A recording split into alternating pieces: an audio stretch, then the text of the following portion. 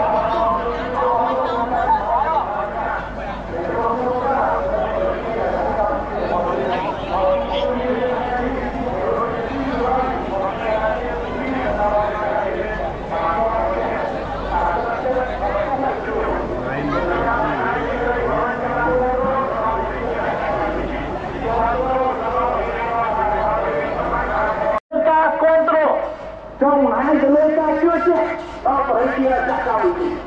chưa chết từ đây là làm ra chưa chết từ đây làm ra gì chưa chết từ đây làm ra gì vô phải chưa phải ta chưa chết từ đây làm ra mà hai bà con tập đây thì vô làm thầy phải biết đi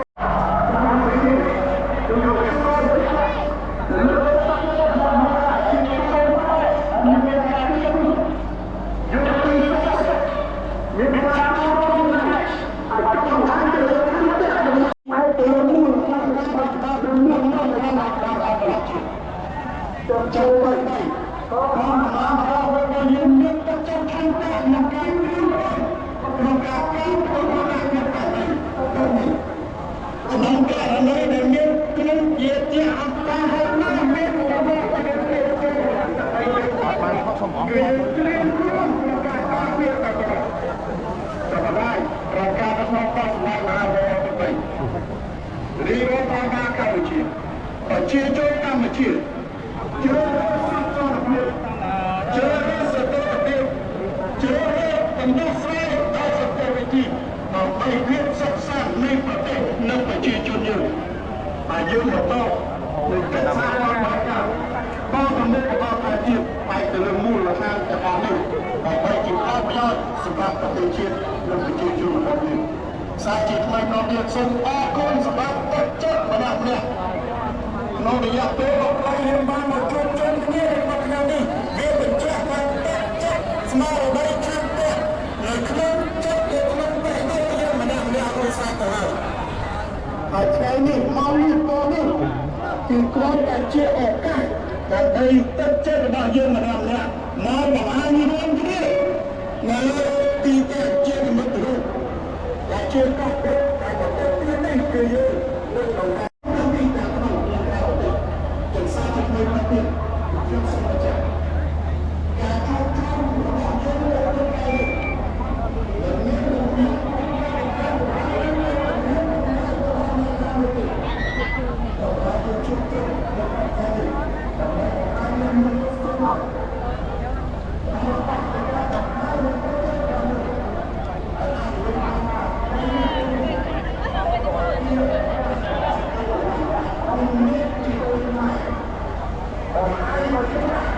tôi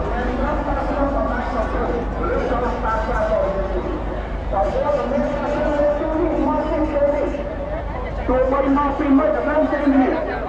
tôi mới miên cho miên ra sao không kịp anh mình sao kịp mà tôi miên đẹp không rồi có những nói phim đi lại không kịp là ta không kịp ta cái nói phim đi nhưng mà phải khai ra rồi là khai ra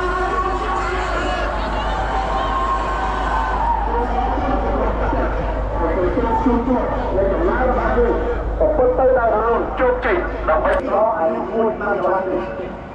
tôi bảo vô cùng và cái ôn lên ta rồi